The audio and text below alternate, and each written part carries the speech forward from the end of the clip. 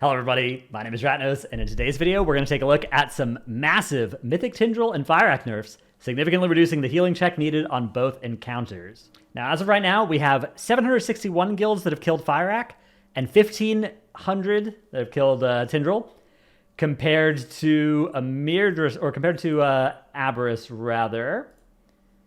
We got up to 1650 Starkreth kills, so as many guilds killed Starkreth as have currently killed Tindral pretty much, and an extra 500 had killed Echo of Neltharion by the end of that tier. And we are approaching the end of Amirdasil, so it looks like Blizzard wants to allow a couple more guilds to kill Fyrakk than otherwise would potentially be able to. Oops, there's a Path of Exile search window that I had on my alt tab there. But we have these changes coming in. Tindral's fiery growth is going to reduce to 3 targets instead of 4. It's going to do 20% less damage, so that is the dispels. Crucially, this means you can take one healer out of your dispel rotation. We'll have to see exactly how this functions as well, because fiery growth was an ability that had some logic to it. For instance, it would always target 1 healer and 3 non-healers among your ranged eligible targets. And I assume now it's going to be 1 healer and 2 non-healers. But if they just made it 3 non-healers, for instance, that would also affect things. I hope they keep it as 1 healer, though, because it was always nice to have your ranged healers. You always know that one of them is going to get it. You can just always dispel them first. The damage has been reduced as well, which reduces the chance of a person with fiery growth dying and then wiping the raid because the fiery growth debuff goes off. So this is a huge nerf to Tindral. This is a massive reduction in overall healing needed. Healing needed to keep 1 or 2 specific people alive during some parts of the encounter. The chance of just random explosions, and also you're going to have more space in the arena because you're going to be polluting less ground with fire. So massive nerf to Tindral there. Falling Star's damage is reduced by 15%, so Falling Star is a raid-wide damage hit that then creates a bunch of swirlies. I think this is the initial raid-wide damage hit that is being targeted here, although I'm not 1,000% sure on that, because I think it's like shards or something is the name of the damage if you get hit by the swirly. So less raid damage, less, again, chance of just randomly killing somebody. A lot of the deaths that you'd see, especially in Phase 3, were to the Falling Star and Fire Growth damage combining to kill somebody with a debuff and then explode the raid.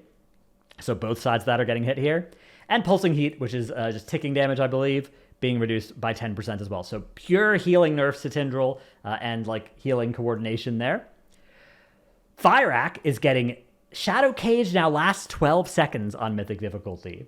Now, Shadow Cage used to be a infinite duration debuff, and now it is not going to be one of those, which means that if somebody gets Shadow Cage and you don't break them out with the fiery eruption, then it's not a wipe anymore, which is huge.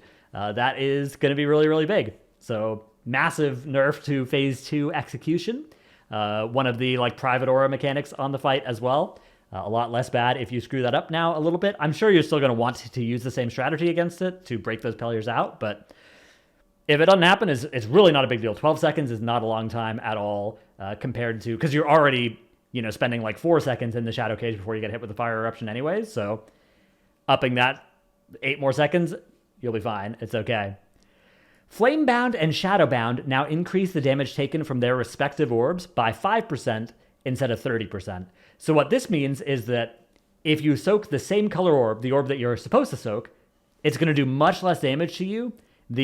Especially the second and third times that you soak those orbs, you're going to be taking way less damage. By the time you're soaking a third flame orb, you're going to be taking half the damage that you would have been taking before this change came in from that orb soak. Now, it's still, an orb. It's still a reasonable hit of damage that you're going to take, but a lot less bad. This means that it'll be a lot less important to use an immune on the third set of orbs as well, because that one is going to hit much less hard if you just soak it the old-fashioned way. You may still want to use the immune strat to reduce, brain globals and stuff on the rest of your raid, but that is much more optional now. Blaze damage has been reduced by 20% on Mythic difficulty. So Blaze is still a difficult mechanic. You're still not going to want to be bathing in, 3 blazes. That's still going to be dangerous. You're still going to need to make sure you don't blaze ads and turn them into enemy ads.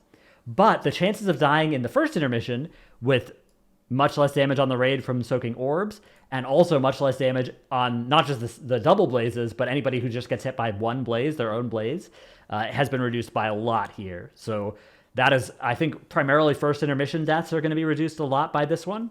Sometimes you would see blaze deaths in Phase 2, in Phase 3 as well, but those are pretty uncommon, and they will become even more uncommon with the result of this change. And then finally, we have the maximum health of the Darnassian Ancient reduced by 20% on Mythic difficulty. This is going to make it a lot easier, especially for raid groups that don't include a Mistweaver Monk. Mistweaver Monks could top these things really easily. Non-Mistweaver Monks had a little bit of trouble with them sometimes, so that is going to be nice if you are out there progging without one. Hopefully they still transfer the same percentage health to the tree, right? To the Emergency bar at the top. Otherwise, this would be kind of a nerf, or kind of a buff instead of a nerf, but I assume that's how that's going to function, so... good set of changes here. This should help a lot more guilds that are close on Tindral and Fyrakk to be able to get to it. I think if you're not on Fyrakk already, the chances of getting through before Cutting Edge closes is going to be pretty tough, even with these nerfs.